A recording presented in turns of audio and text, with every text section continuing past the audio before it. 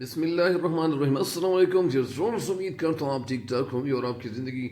خوشیوں کے ساتھ گزر رہی ہوگی۔ اللہ تعالیٰ آپ کو سلامت رکھیں اور اللہ تعالیٰ آپ کو جتنی منزلیں ہیں ان کو سر کرنے کی توفیق اللہ تعالیٰ آپ کو عطا فرمائے۔ اور ڈیئر اسٹوڈنٹس، یہ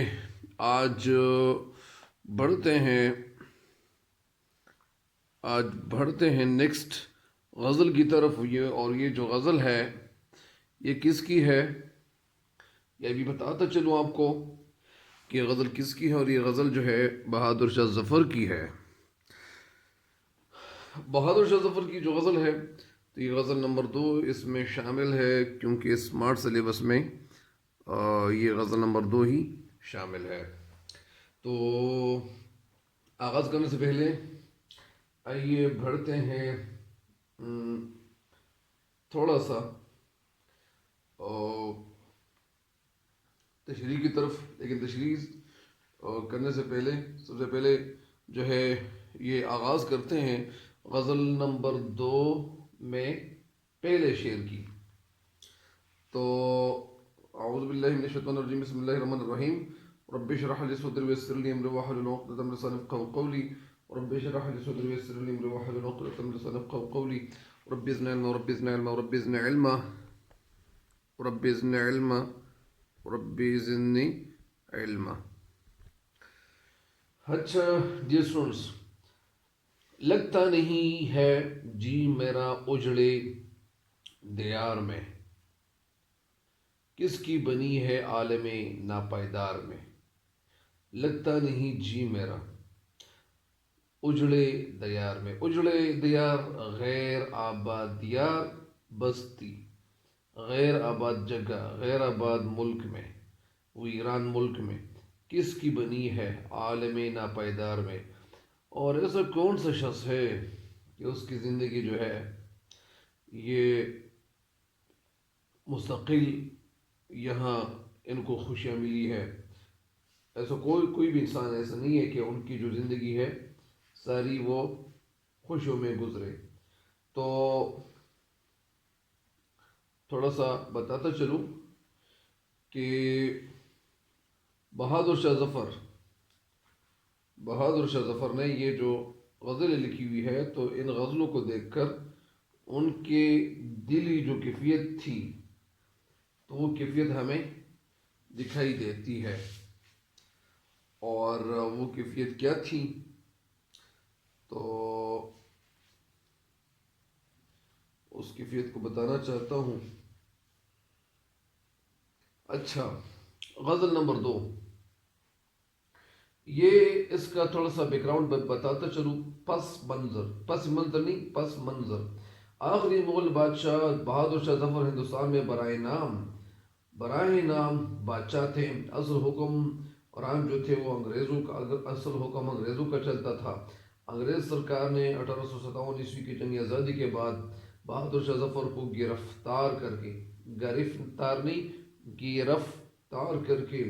رنگون بھیج دیا۔ بہادر شاہ ظفر نے قید کے دوران میں یہ اشعار لکھیں اور کہے۔ تو آئیے بڑھتے ہیں شعر نمبر 1 کی طرف۔ شعر نمبر 1 کیا ہے؟ لگتا نہیں جی میرا اجڑے دیار میں، لگتا نہیں ہے جی میرا اجڑے دیار میں، کس کی بنی ہے عالم ناپائیدار میں۔ عالم دنیا کو کہتے ہیں، ناپائیدار یعنی وہ فانی دنیا، یہ فانی دنیا۔ جس کی نثر کچھ یوں ہے کہ اس ویران اور سنسان اور تباہال شہر میں اب دل بالکل نہیں لگتا۔ کیوں نہیں لگتا؟ ظاہر ہے اس فانی دنیا میں کوئی بھی سدا خوش نہیں رہتا، اور یہ ظاہری بات ہے اور یہ مانی جانی اور بات ہے کہ اس دنیا میں جو فانی دنیا ہے اس میں انسان سدا خوش نہیں رہ سکتا، کیونکہ اس دنیا میں جو بھی خوشیاں ملتی ہے تو یہ تھوڑے وقت کے لیے ہی ہوتی ہیں، زیادہ دیر پا خوشیاں جو ہے وہ کسی کو بھی نہیں ملتی۔ تو اس کا مطلب یہی ہے۔ اب بڑھتے ہیں اس شعر کی تشریح کی طرف۔ تو بہادر شاہ ظفر جو ہے وہ کہتے ہیں کہ یہ غزل جو ہے یہ بہادر شاہ ظفر کی بڑی شاہکار غزل ہے، اور شاعر اور شعر اس غزل کا جو ہے یہ ایک مطلع ہے، اور شاعر بہادر ظفر جو ہے بادشاہوں کی آخری نشانی تھا، اور جس انگریزوں نے جو تھا ان کو وہاں سے ختم کر کے ان کو برما کے شہر رنگون میں پابند کر کے پھر ان کو یعنی جیل میں بند کیا تھا، اور آپ کی شاعری جو ہے وہ آپ کی محرومیوں کی عکاسی کرتی ہے۔ شاعر اس شعر میں اپنے دکھوں اور مصیبتوں کا اظہار کرتے ہوئے کہتے ہیں کہ میری دنیا اجڑ چکی ہے، میری دنیا برباد ہو چکی ہے، برباد اور ویران ہو چکی ہے، لہٰذا اس ویران اور بیاباد جگہ پر میرا دل نہیں لگتا۔ دل کیوں نہیں لگتا؟ وجہ یہ ہوتی ہے کہ کسی انسان کا جب دل نہ لگے تو اس کی کوئی وجہ ہوتی ہے، اور وجہ کچھ نہ کچھ، یہ ایک انسان جو ہے اس کو معمولی سی معمولی تکلیف کیوں نہ مل رہی ہو لیکن اس کا دل جو ہے وہ پھر خفا ہو جاتا ہے۔ اس لیے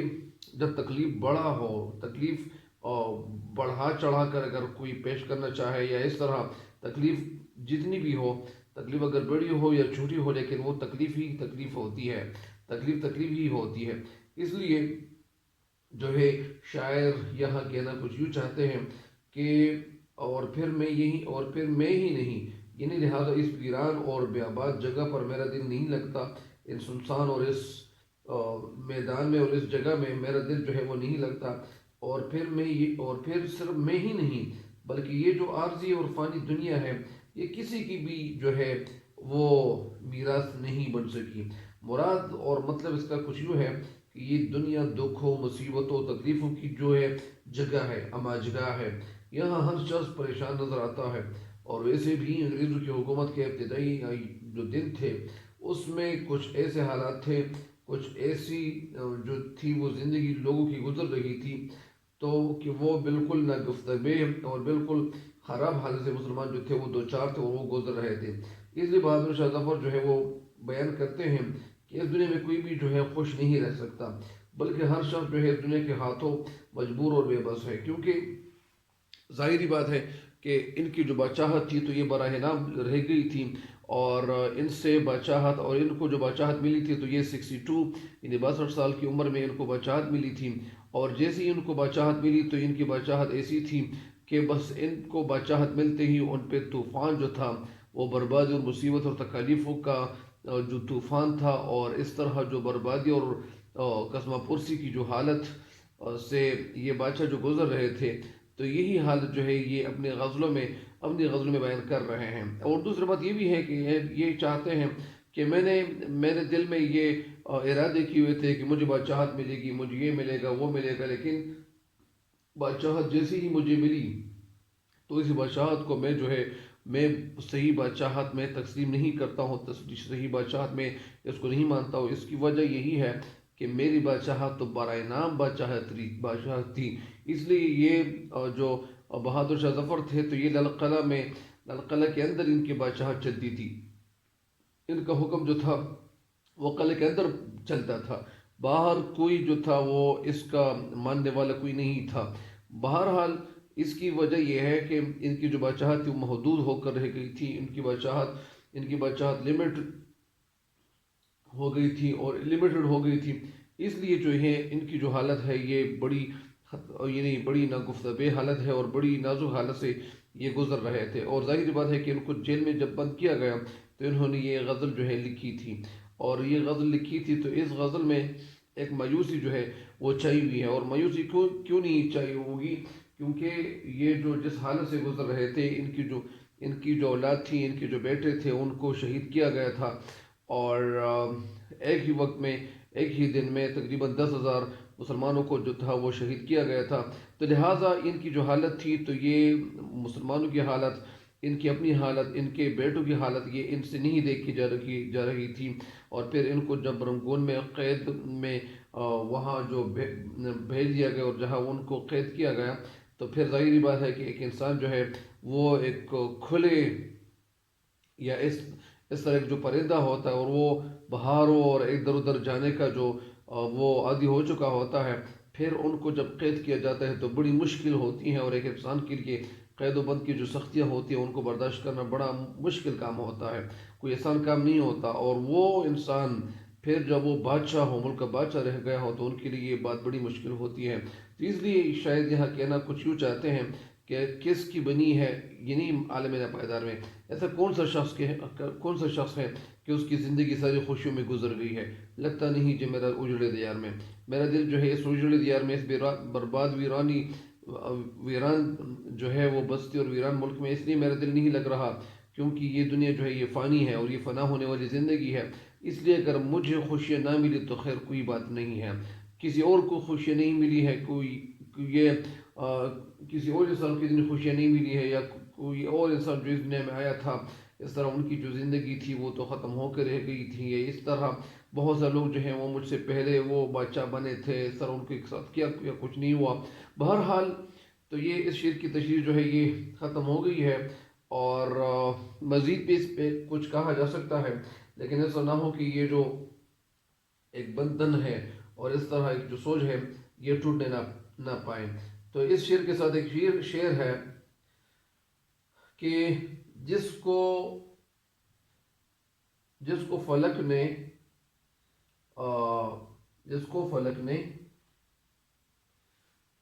ٹوٹ کے ویران کر دیا، ہم رہے نہ رہے اسی اجڑے دیار، ہم رہنے والے ہیں اسی اجڑے دیار کے، ہم رہنے والے ہیں اسی اجڑے دیار کے۔ تو مطلب اس کا یہ ہے کہ جس ملک کو، یعنی جس کو فلک نے ٹوٹ کے ویران کر دیا، ہم رہنے والے ہیں اسی اجڑے دیار کے۔ تو اس شعر کی تشریح جو ہے یہ مکمل ہو گئی ہے، اور اگلے شعر کی طرف بڑھتے ہیں۔ عمر دراز مانگ کے لائے تھے 4 دن، 2 آرزو میں کٹ گئے 2 انتظار میں۔ عمر دراز، لمبی عمر مانگ کے لائے تھے 4 دن، 2 آرزو میں کٹ گئے 2 انتظار میں۔ اس کا مفہوم بتاتا چلوں، لیکن اس کی عمر دراز، لمبی عمر، آرزو کی معنی ہے خواہش، امید، اور 4 دن، اور اس طرح باقی الفاظ تو اتنے مشکل نہیں ہے۔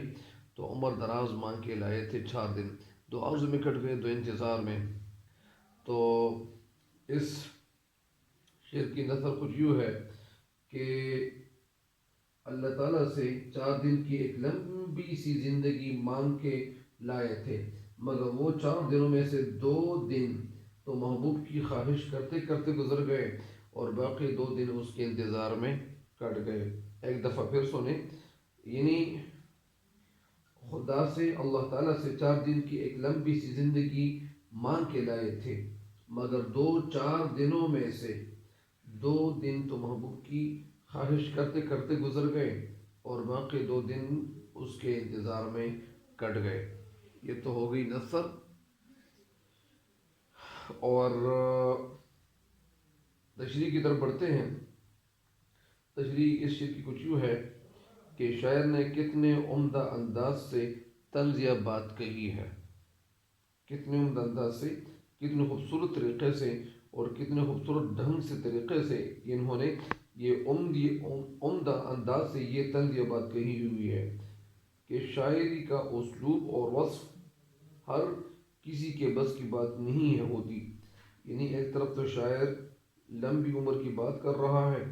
اور دوسری طرف شاعر نے عمر دراز کو 4 دن سے جو ہے تشبیہ دی ہوئی ہے۔ دنیا کی اس مختصر زندگی کو عمر دراز سے تشبیہ دے کر اس بات کو اجاگر کیا گیا ہے۔ تشبیہ دینا، کسی چیز کو کسی چیز کی طرح قرار دینا۔ ماں کہتی ہے کہ میرا چاند سا بیٹا جو ہے وہ بیمار ہے، تو چاند جیسا یا چاند کی طرح۔ تو یہ اگر یہ کہتا کہ یہ ماں اگر یہ کہتی کہ میرا چاند آ گیا، تو چاند جو ہے وہ پھر یہ استعارے کی طرف بات جو ہے وہ چلی جاتی ہے۔ بہرحال اور شعر میں کہنا یہ چاہتے ہیں کہ دنیا کی جو اس مختصر زندگی کو میں لمبی اور دراز اور عمر دراز سے تشبیہ دے کر اس بات کو اجاگر کیا گیا ہے کہ اس مختصر زندگی کی آرزو اور اس کے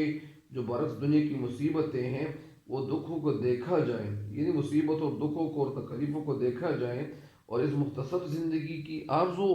یعنی خواہشات